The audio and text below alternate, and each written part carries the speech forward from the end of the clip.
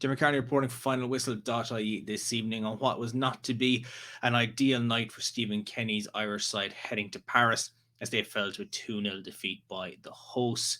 5 games unbeaten now for France. Looks to see them go to Germany as group leaders, or group winners, should I say, in Group B. They're now on 15 points after those 5 games. The Republic of Ireland now need a big result against the Netherlands this Sunday if they have any hopes of continuing their pursuit of qualification for that tournament.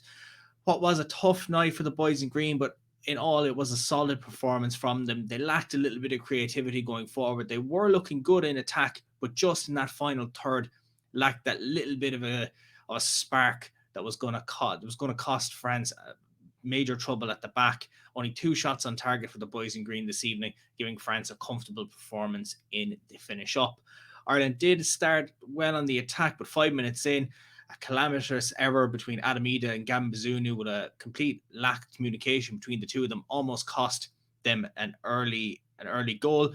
The ball from a corner falling to Kylian Mbappe. Bazunu had initially gone out to clear it, but Ida got in the way of the ball, sent it on his flight path past Bazunu, but Kylian Mbappe, it fell nicely to his feet, but his volley went over the bar.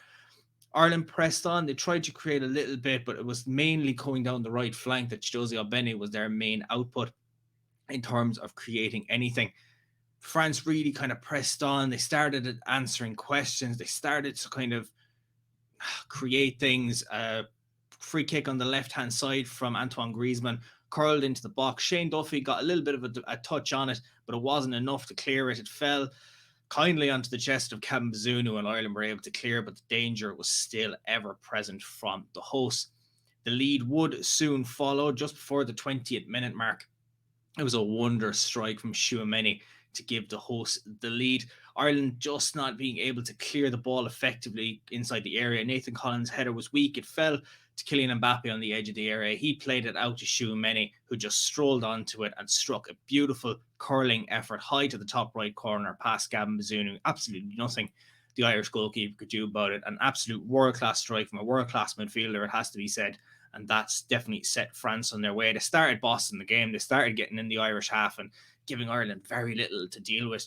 Albene being the main choice of output from Ireland going on the right wing. He was looking to exploit both Theo and Lucas Hernandez, trying to get in behind them, but neither of which could pull anything off for Ireland, and they went in behind 1-0 at the break.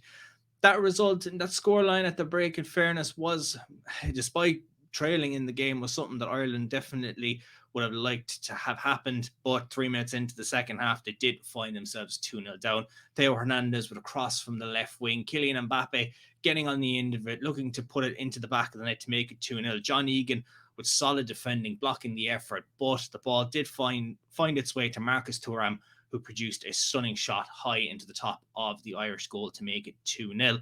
Ireland did have their best chance of the game in the 52nd minute as James McLean crossed from the left wing, deep floating ball to the back post for Chiosi Albene, but his header was stopped by Mike Maignan. The French goalkeeper has been a thorn in the side for Ireland in these 2 qualification games, and he made a stunning save to deny Albene, making it 2-1. Chouameni looked at a brace shortly after the hour mark, but his effort was finger tipped away by Gavin Bazunu in the Irish goal. Bazunu just beforehand had 2 efforts from Kylian Mbappe, but the French striker definitely was spared his blushes by both of those efforts not going on target. One was flagged for offside, the other just not getting to his feet.